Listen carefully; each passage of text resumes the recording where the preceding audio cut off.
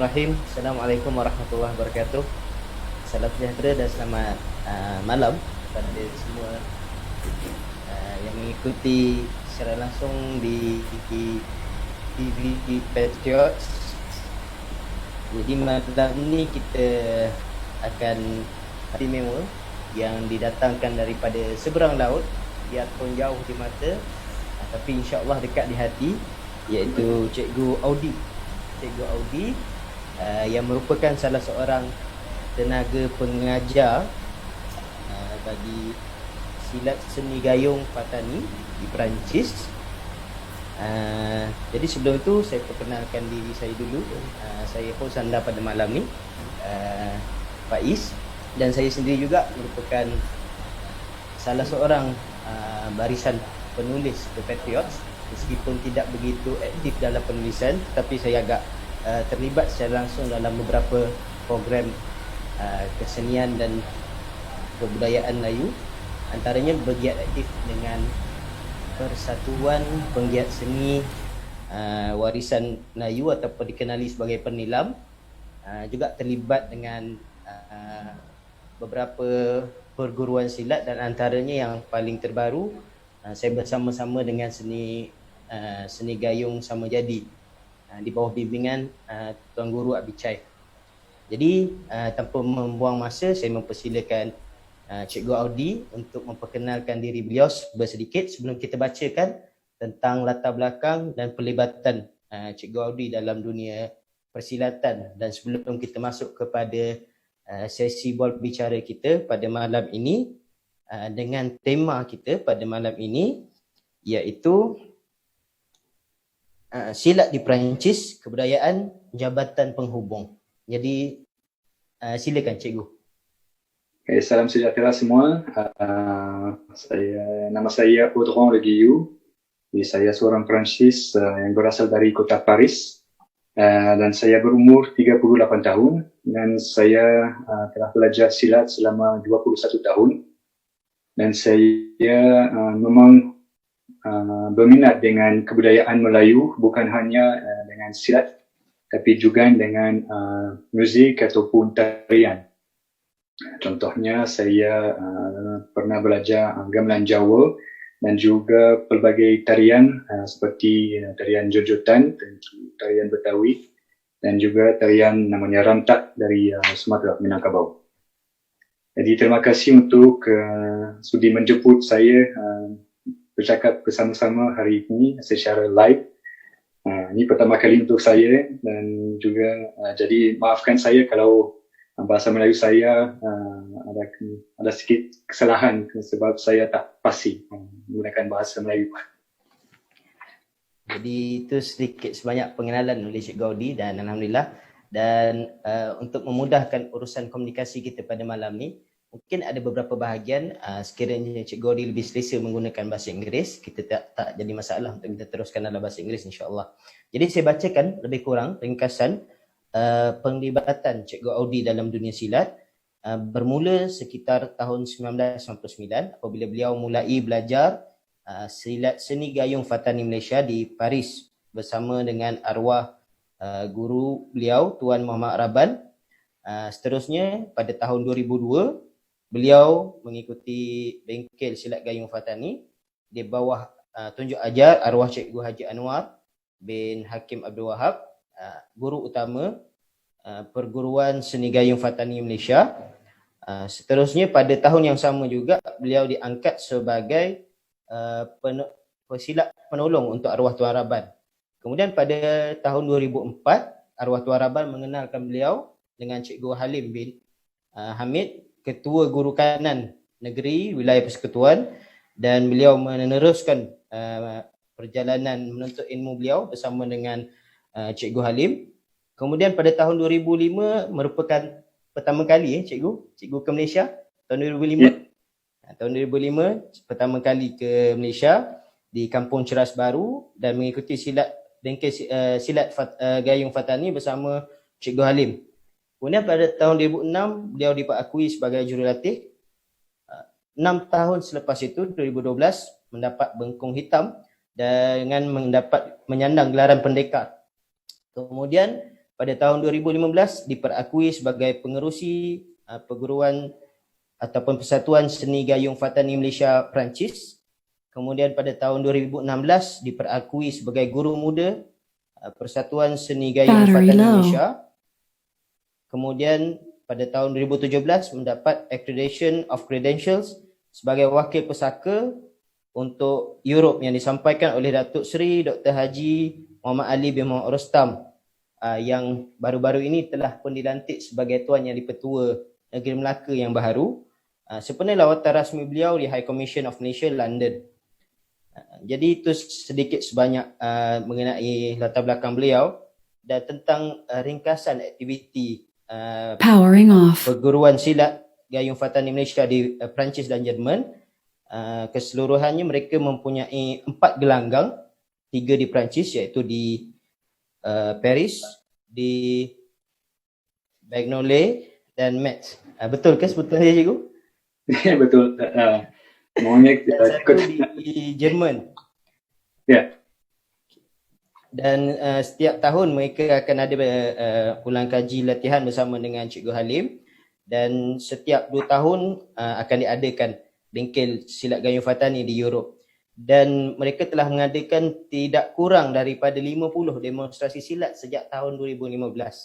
Jadi itu sedikit sebanyak latar belakang tetamu kita pada malam ini daripada segi penglibatan beliau dalam dunia silat dan kita akan masuk kepada sesi berbicara kita insya-Allah. Jadi soalan yang pertama saya nak tanya dengan cikgu dan kita nak minta cikgu kongsikan agaknya kenapa cikgu pilih silat sebab kita tahu di Eropah ataupun di negara-negara barat yang banyak menerima kemasukan budaya luar ada macam-macam jenis martial art. Ada yang lebih terkesan dengan kungfu misalnya sebab di sana ada figura-figura yang lebih terkenal seperti mendiang Bruce Lee dan sebagainya. Tetapi kenapa cikgu memilih silat dan lebih memilih kepada kebudayaan Nusantara? Silakan cikgu. Sememangnya saya tak rasa saya yang memilih silat.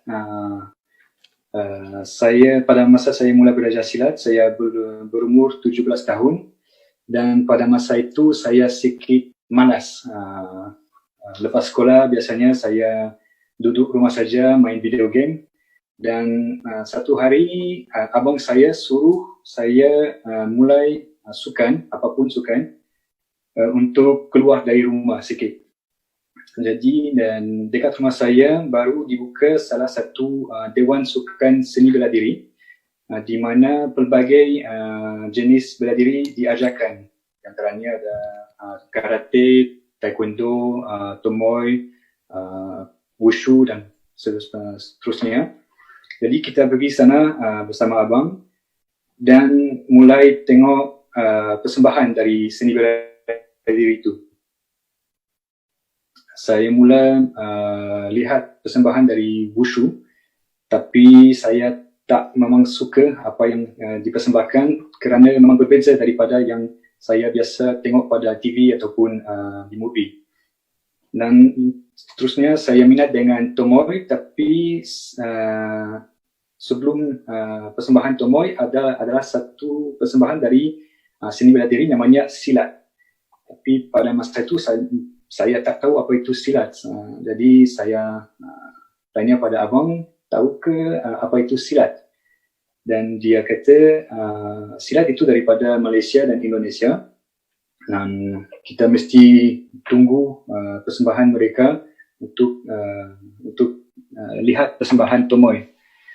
Jadi saya tunggu saja lihat persembahan silat itu dan pada saat pesilat mulai bergerak, saya tahu itulah seni bela diri yang saya minat belajar dan tak minat lagi dengan belajar tomoy. Jadi saya rasa silat yang pilih saya, bukan saya yang pilih silat. Kerana memang nasib baik saya ketemu dengan silat. Dan juga kerana terima kasih kepada abang saya yang tarik saya pada Dewan Sukan. Baik, menarik tu perkongsian tu, sebab cikgu sebut bukan saya yang memilih silat tetapi silat yang memilih saya. Itu satu perkara yang jarang-jarang kita dengar, tapi satu poin yang menarik lah. Okey, baik.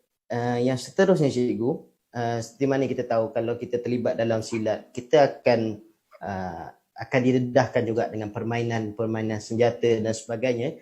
Jadi macam mana perasaan cikgu bila mula-mula pertama kali tengok senjata-senjata Melayu, terutama sekali keris lah, macam kalau kita tengok sekarang pun penonton-penonton yang sedang ikuti live pun boleh tengok dekat belakang cikgu dia ada satu keris yang diletakkan sebagai display, dan mungkin cikgu sendiri dalam koleksi ada beberapa jenis lagi senjata-senjata Melayu yang lain.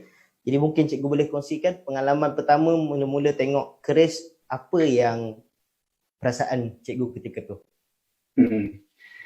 Keris yang pertama saya dapat pada tahun 2001 kalau tak salah. Jadi 2 tahun lepas saya mula belajar silat.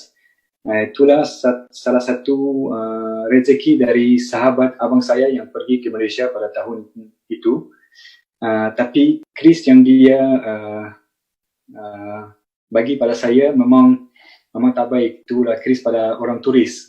Jadi tapi apapun saya rasa bangga mempunyai keris saya sendiri, walaupun dia tak baik. Tapi saya memang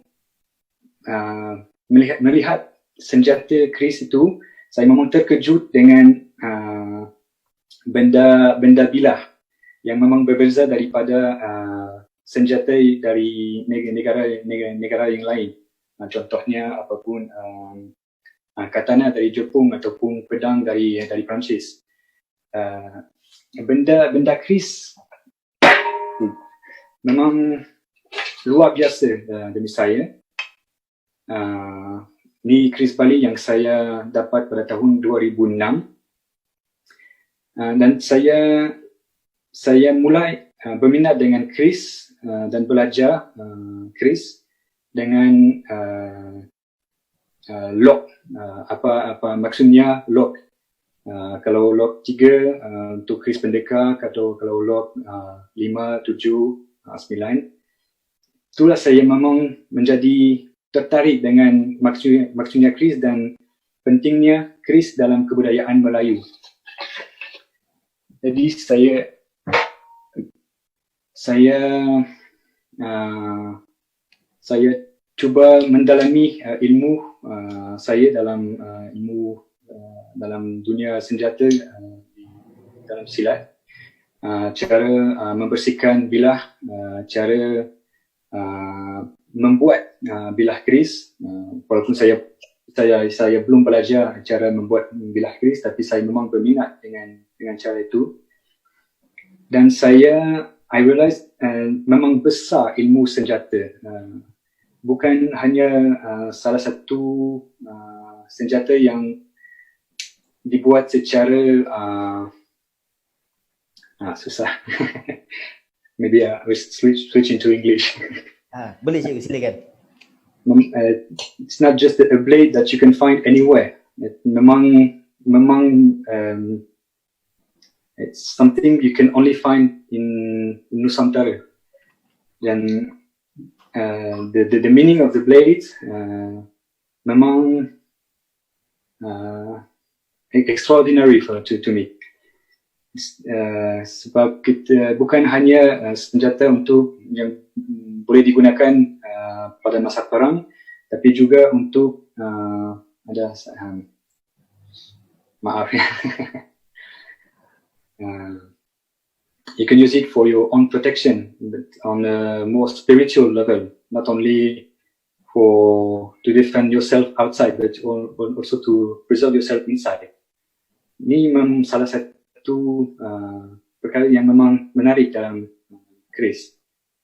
Dan juga lepas keris, saya mula belajar senjata lain yang juga luar biasa daripada senjata yang saya telah mengenal, iaitu contohnya lawu ayam.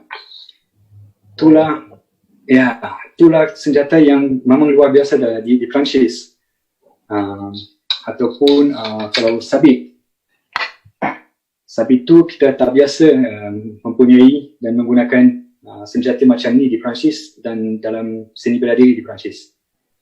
Kalau senjata yang lebih dikenali, yang paling terkenal adalah katana dari Jepun ataupun tongkat. Tapi senjata dari dunia Melayu memang luar biasa dan memang menarik. Jadi agak banyak jugalah cikgu punya koleksi senjata kat situ. Jadi sesuatu yang menarik sebab cikgu agak mendalami dari segi falsafah pun ini satu benda yang luar biasa lah. Jadi bagaimana penerimaan orang-orang di Eropah tentang kebudayaan, tentang silat dan tentang kebudayaan Nusantara sendiri, cikgu? Sekarang seni bela diri Melayu, terutamanya silat, baru mulai membangunkan kerana adalah seni bela diri yang lain, tepatnya dari Jepun, yang sudah masuk Perancis pada tahun 40-an. Jadi sudah lama dah masuk Perancis dan sudah lama dah di perkembangan di negara Perancis. Tapi kalau silat masuk dalam Perancis pada tahun akhir tahun 70-an dan masih sikit pada masa itu masih sikit confidential.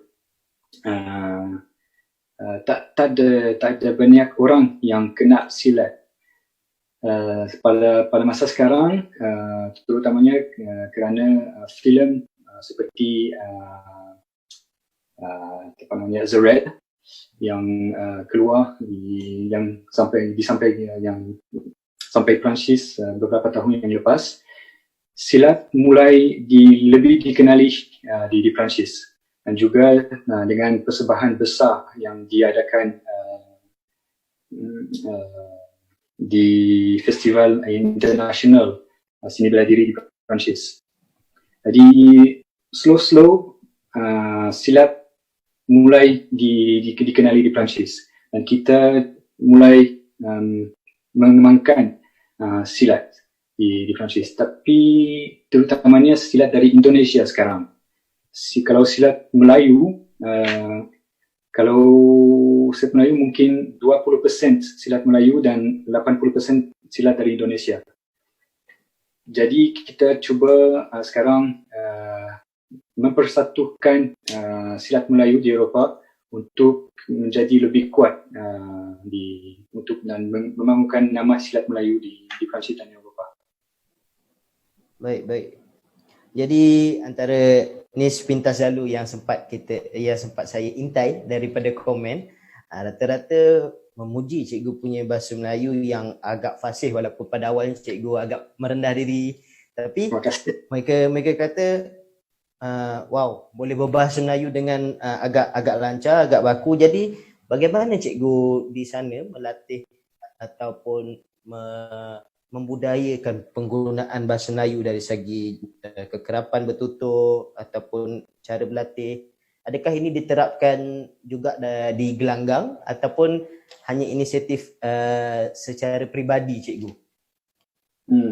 Sememangnya saya belajar bahasa Melayu di universiti di Perancis dari tahun 2002 hingga tahun 2006. Tapi untuk bercakap bahasa Melayu di Perancis, sebenarnya tak ada banyak kesempatan. Biasanya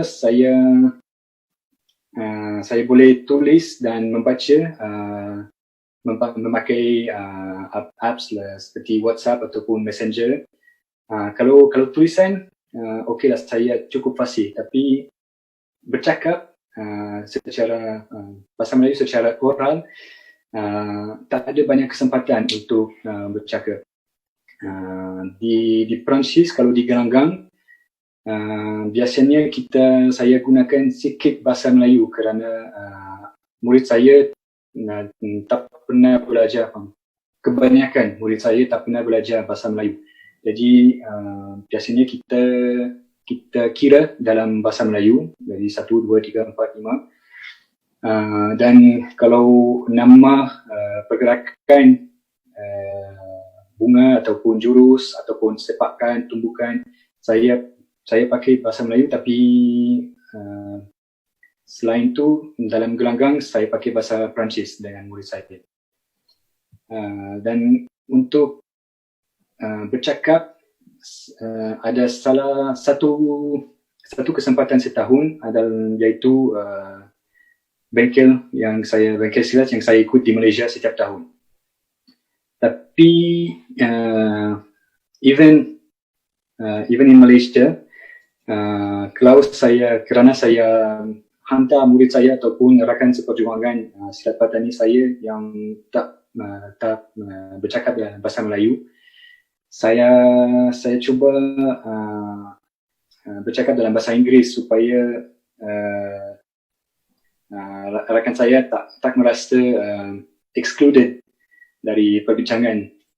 Jadi memang susah dapat kesempatan untuk bercakap dalam bahasa Melayu, dan oleh kerana itu saya belum fasih bercakap. Maaf lagi. Baik cikgu. Jadi secara peribadi cikgu, adakah bahasa Melayu ni pada pendapat cikgu satu bahasa yang agak susah untuk dipelajari ataupun sebenarnya hanya perlukan sedikit masa untuk dikuasai? Demi saya, bahasa Melayu cukup mudah untuk belajar. Sememangnya cepat-cepat kita boleh bercakap. Lepas 1 tahun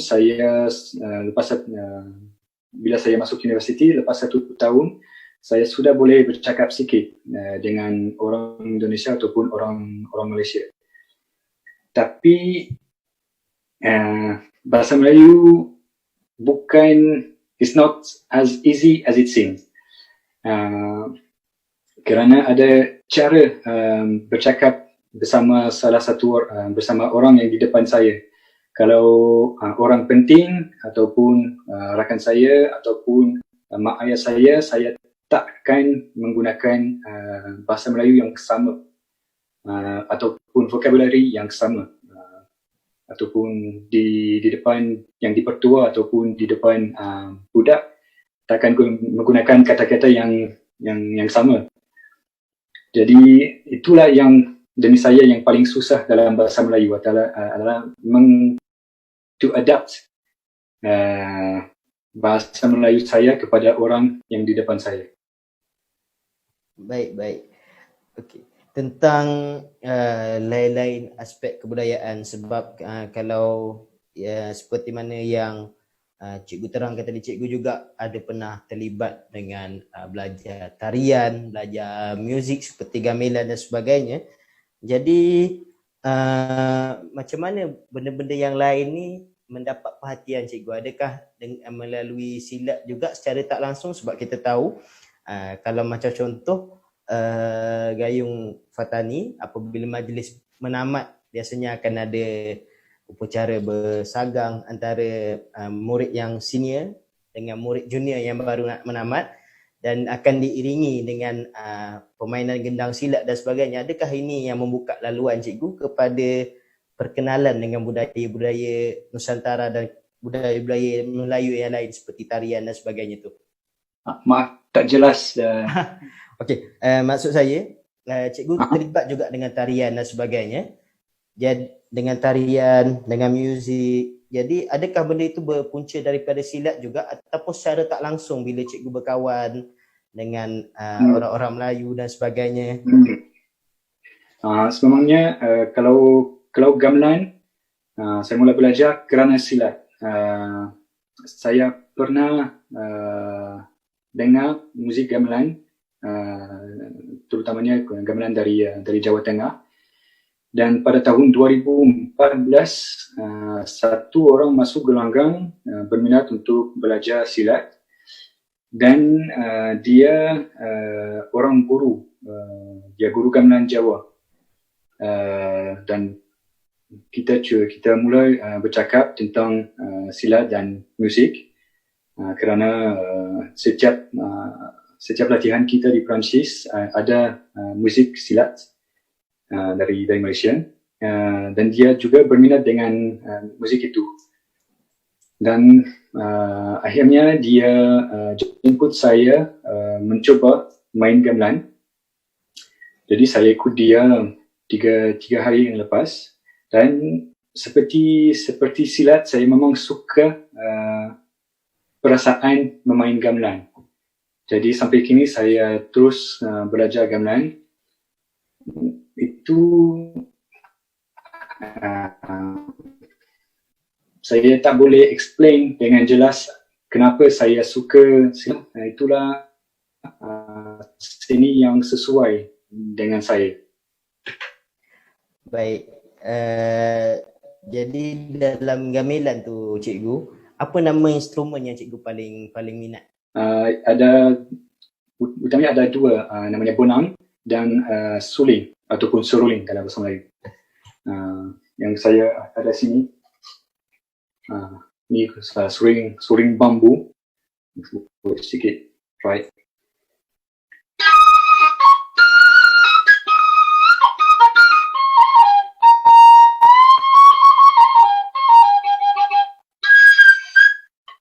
Jadi saya baru belajar seruling, sudah 2 tahun saya belajar, tapi saya amat suka suara suling tu.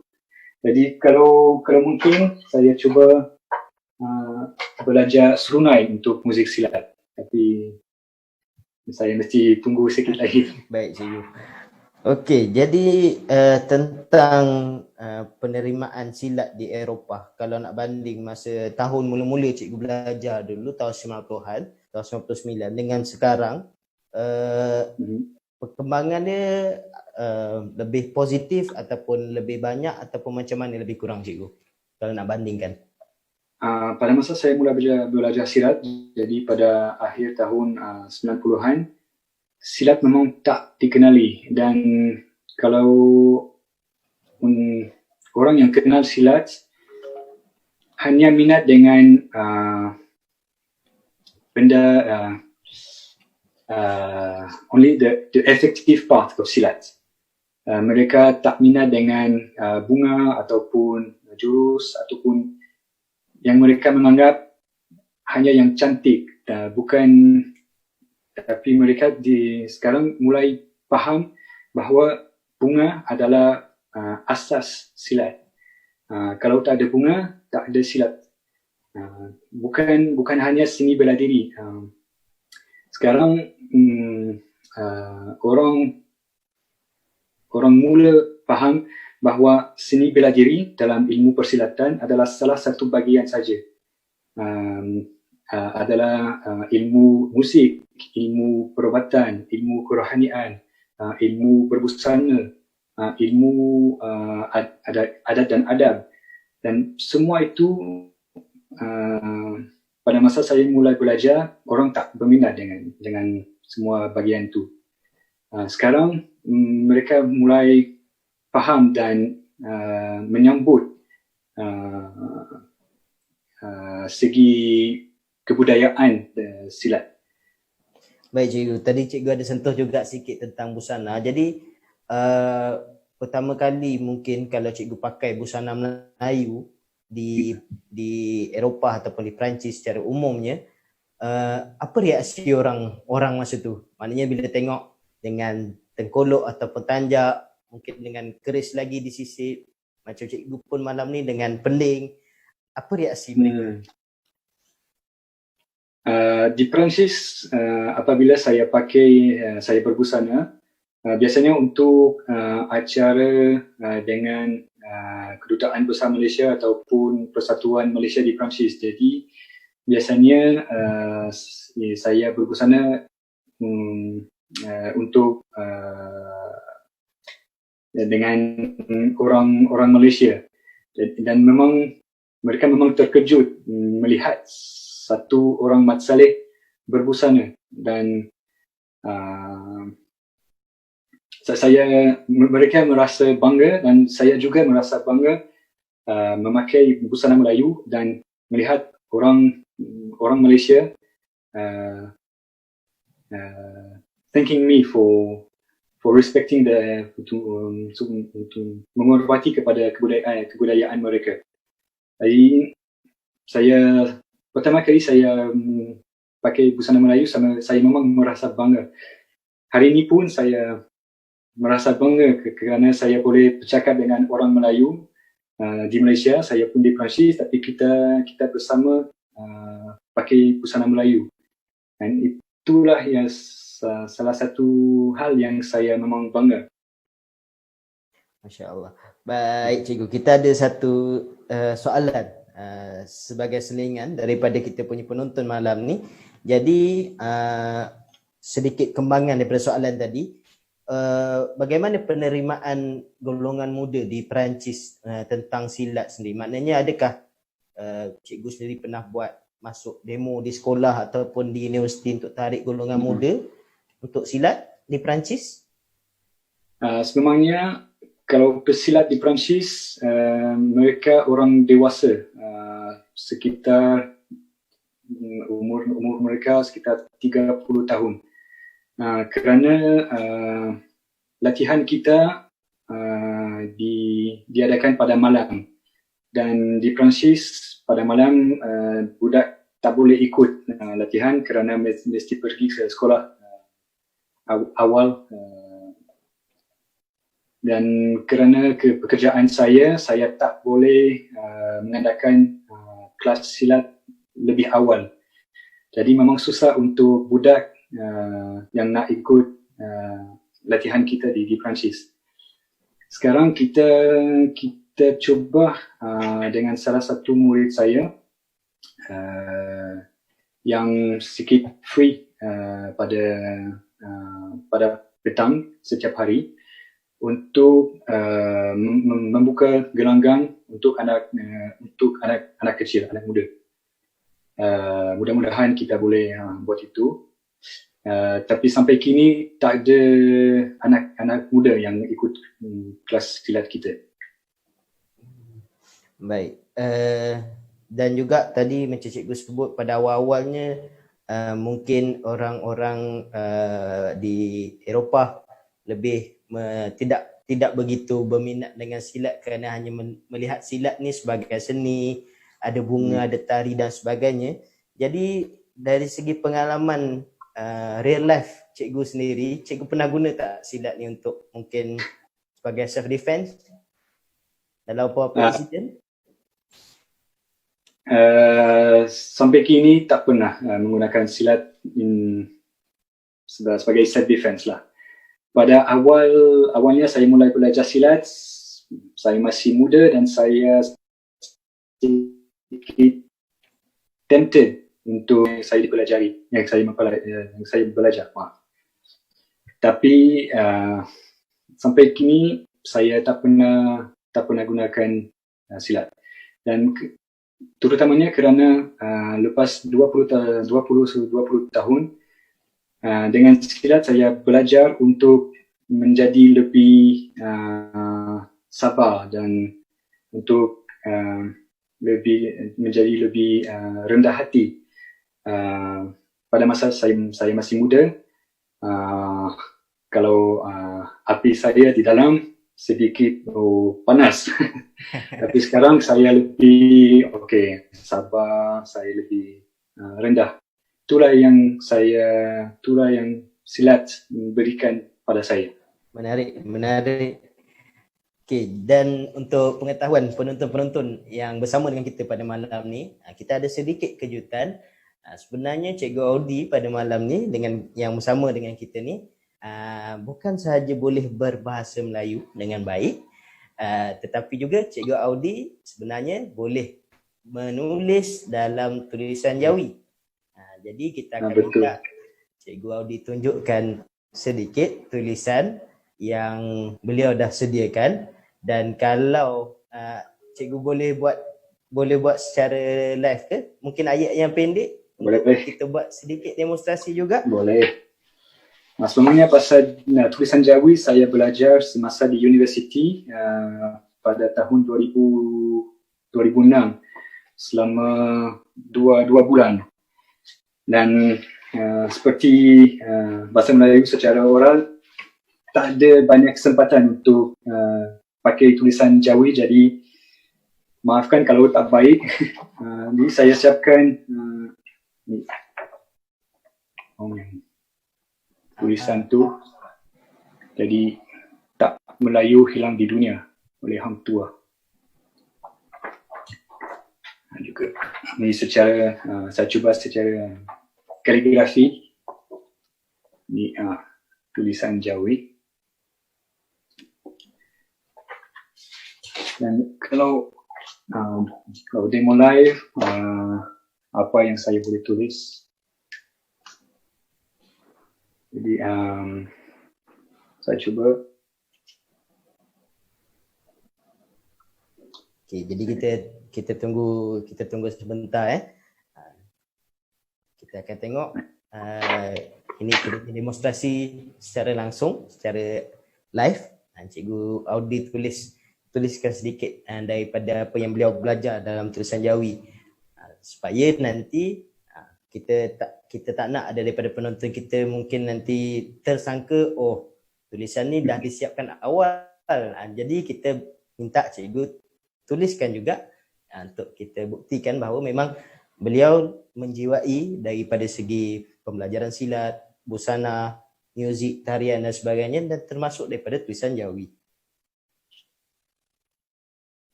Okey. Ada kesalahan.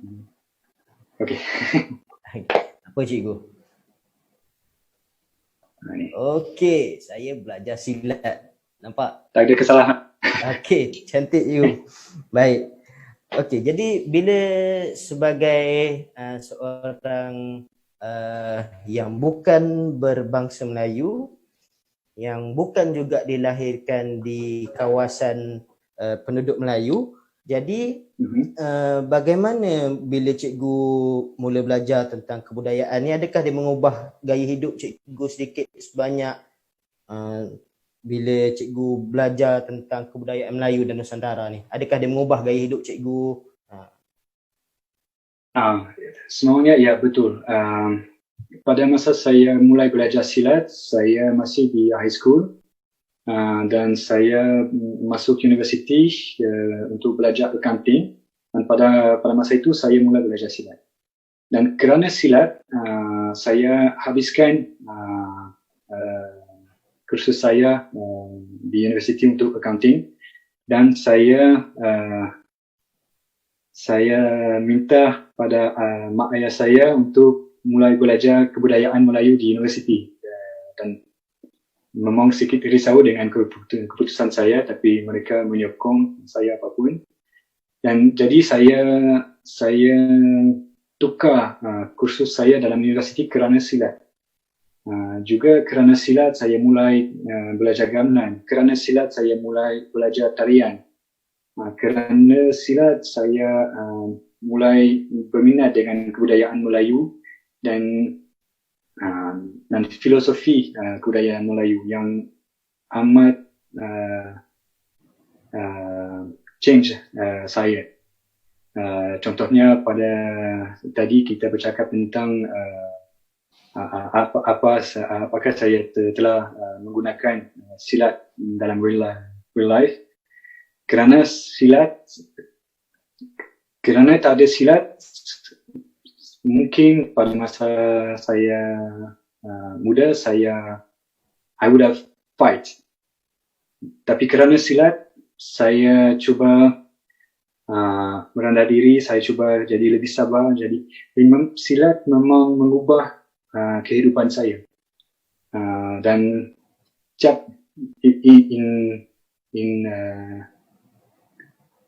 in everyday, secara kalau saya duduk di rumah, saya pakai kain pelikat. Saya tak pakai seluar dari Perancis. Saya selalu pakai cincin ataupun, jadi silat selalu berada sama saya, dan saya semoga saya boleh terus belajar dan mengajarkan silat kepada orang sampai mati. Amin, amin. InsyaAllah, mudah-mudahan cikgu. Jadi dari segi ada tak peranan daripada kerajaan Malaysia sendiri dalam membantu seni gayung Fatani Malaysia cawangan Perancis dalam mengembangkan silat di Eropah ataupun di Perancis khususnya? Ada tak bantuan daripada kerajaan kita? Memang ada banyak sokongan dari kedutaan besar Malaysia di Perancis ataupun dari Persatuan Malaysia di Perancis ataupun di Eropah. Contohnya untuk interview hari ini, itu Abang Syed Nizamuddin Syed Kasim yang memudahkan perjumpaan di antara saya dan tim The Patriot TV. Dan Abang Syed adalah First Secretary dalam Kedutaan Besar Malaysia. Kebanyakan persembahan yang kita buat adalah kerana jemputan Kedutaan Besar Malaysia. Jadi mereka memang berikan kita peluang untuk mempersembahkan silat kepada rakyat Perancis. Ada juga Persatuan Malaysia di Perancis ataupun di Jerman yang jemput kita untuk membuat demo dan mempersembahkan juga silat kepada penonton Perancis. Jadi apapun kerajaan Malaysia ataupun rakyat Malaysia di Perancis, mereka memang menyokong aktiviti kita dan mereka memang menyokong perkembangan kita. Jadi apabila mereka perlu persembahan, kita selalu akan jawab. Baik. Okey cikgu, kita dah masuk kepada soalan-soalan terpilih daripada penonton kita dan saya minta maaf mungkin kerana masa agak mencemburui kita tak sempat nak tampilkan semua soalan.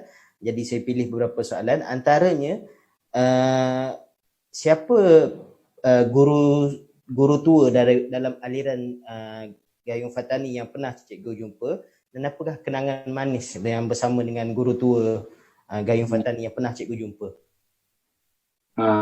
Guru tua yang saya pernah jumpa dan ikut latihan bersama adalah arwah cikgu Haji Anwar bin Haji Abdul Wahab, arwah guru utama Pertubuhan Seni Gayung Fatani Malaysia. Dia datang Perancis pada tahun 2002. Semuanya dia datang beberapa kali di Perancis, tapi saya bertemu dia pada tahun 2002. Sebagai guru utama, sebelum saya berjumpa dengan dia, I imagine someone, seorang yang kuat, seorang yang memang confident lah, seorang sedikit yang akan menakutkan orang secara seperti di movie ataupun orang yang memang kuat. Wah. Tapi bila berjumpa dengan arwah, dia memang orang yang selalu senyum, memang rendah hati, memang very nice man, very kind man. Dan dia memang luar biasa. Kalau tentang silat, memang luar biasa. Saya ingat berlatih bersama dia buah pukulan, dan dia kata, okay, Odi, pukul saya. Wow. Tapi non-stop. Cuba kena pukul saya non-stop, dan selama 3 minit non-stop pukul, dan selalu dia di belakang saya, dan saya dia kata, okay, sila, easy, selalu di belakangmu, easy, selalu bersenyum, dan wah, memang luar biasa. Jadi memang berbeza daripada gambar grandmaster I used to have in my mind. Baik. Okay, soalan yang seterusnya, yang ini yang terakhir lah untuk malam ni. Tapi jangan risau, di penghujung kita akan beritahu macam mana penonton-penonton boleh ikuti perkembangan silat di Perancis ini melalui beberapa laman. Jadi mungkin mana-mana soalan yang kita tidak sempat pilih untuk malam ni boleh diutarakan di sana, insya-Allah. Okay, jadi soalan yang kedua sebagai penutup untuk malam ni, macam mana cikgu menjadikan silat boleh bersaing dengan martial arts yang lain untuk cikgu tarik minat orang nak belajar silat? Sebenarnya kalau seni bela diri yang lain di Perancis, mereka mengembangkan kerana tanding ataupun competition. Bukan secara, mereka tidak menggunakan segi tradisi dari seni bela diri mereka. Tapi untuk silat, saya cuba menarikkan orang dengan benda tradisi silat, kerana kalau competition, kita boleh mengadakan competition tapi akan menjadi seperti seni bela diri yang lain. Saya ingin silat menjadi salah satu seni bela diri yang luar biasa daripada seni bela diri yang lain di Perancis, terutamanya dengan kebudayaan Melayu di sekeliling silat. Contohnya kerana senjata yang memang luar biasa dengan memang menarikkan orang, ataupun persembahan yang memang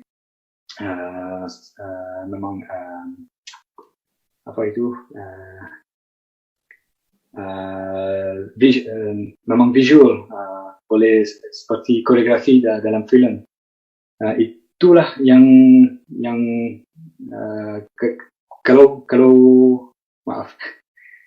kalau pesilat yang ikut latihan kita, mereka menjadi pesilat kerana mereka saksikan segi tradisi dan saya cuba dalam bahasa Inggeris, I confused lah. Most of our students were interested in silat because it's not like every other martial arts. The traditional part is something very interesting to their eyes.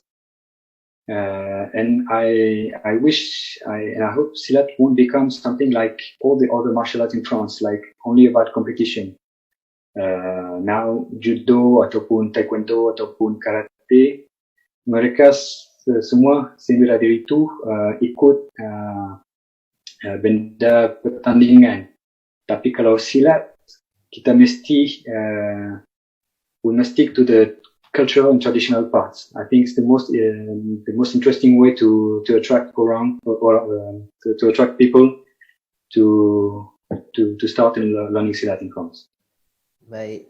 Jadi apa harapan cikgu lah sebagai kita dah hampir sampai ke penghujung ni, masa sangat mencemburui kita ni cikgu. Kalau diizinkan mungkin lebih seronok untuk kita berbicara lebih panjang, tetapi masa mencemburui kita. Jadi apa harapan dan perancangan yang masa panjang ataupun yang terdekat yang cikgu cuba buat bersama dengan culture silat di Perancis ataupun bersama dengan PSGFM Perancis? Sekarang kita cuba membuka gelanggang yang lain. Itulah misi kita di Perancis adalah membuka gelanggang pertubuhan seni dan pertanian Malaysia di Perancis. Jadi itulah tetapi untuk itu kita cuba juga menyatukan semua aliran silat Melayu di Eropah, kerana tak ada sebanyak aliran silat Melayu daripada aliran silat dari Indonesia. Jadi kita cuba menyatukan untuk menjadi lebih kuat dan untuk memudahkan perkembangan kita di Eropah. Jadi mudah-mudahan kita boleh merasmikan salah satu persekutuan, iaitu ESMF, European Silat Melayu Federation, yang kita Constitution masih sekarang dituliskan. persekutuan itu dibangunkan dengan 4 aliran silat sekarang, silat Melayu di Eropah, iaitu Pertubuhan Seni Gayung Fatani Malaysia, Seni Gayung, juga silat lincah Malaysia dan silat Chris Lock Sembilan. Jadi 4 aliran kita sedang menyatukan untuk mengembangkan dan membangunkan nama silat Melayu di Eropah. Dengan silat tapi juga dengan muzik, kerana di Belanda ada satu orang seperjuangan namanya Guru Rod yang mempunyai alat muzik dari negeri Pahang dan minat untuk belajar dan mengajarkan muzik, silat muzik Pahang untuk kepada orang Eropah. Jadi mudah-mudahan kita boleh merasmikan persekutuan ini pada akhir bulan 8. Baik. Jadi besar harapan kita, mudah-mudahan perancangan cikgu dipermudahkan, insya-Allah. Jadi sebagai kesimpulan untuk perbincangan kita pada malam ni, dapat kita saksikan bagaimana silat dapat menjadi salah satu jambatan perhubungan kebudayaan antara dua benua yang terpisah dengan jarak yang jauh. Tetapi melalui silat kita dapat tengok bagaimana masuknya pembudayaan bahasa, masuknya pembudayaan busana, muzik dan sebagainya. Jadi sebelum kita mengakhiri sesi kita pada malam ni, tuan-tuan, puan-puan, sidang penonton yang mengikuti secara live kita malam ni boleh mengikuti perkembangan Cikgu Audi dan juga culture silat di laman rasmi mereka, www.culture-silat.fr. Tetapi laman ni dalam bahasa Perancis. Ya cikgu? Ya. Kemudian di Facebook mereka juga, facebook.com/culture.silat.fatani, ataupun di instagram.com/culture.silat, ataupun melalui channel YouTube mereka, youtube.com/culturesilat. Tapi jangan risau, sebab semua pautan ini kita akan letakkan juga di ruang komen. Jadi jangan risau walaupun saya baca agak laju kerana kita agak kesuntukan masa. Jadi insya-Allah siaran kita pada malam ini boleh ditonton semula di laman YouTube The Patriots, di laman YouTube The Patriots. Jadi saya ucapkan terima kasih banyak kepada Cikgu Audi yang sudi ditemu bual pada malam ni, dan mudah-mudahan insya-Allah penonton-penonton dapat mengambil manfaat daripada perbincangan kita pada malam ini. Terima kasih cikgu dan mudah-mudahan kita akan jumpa lagi. Sekian saja daripada kita malam ni, daripada saya dan juga daripada Cikgu Audi, secara langsung daripada TV Patriots pada malam ini. Saya akhiri dengan ucapan sekian, terima kasih. Assalamualaikum warahmatullahi wabarakatuh.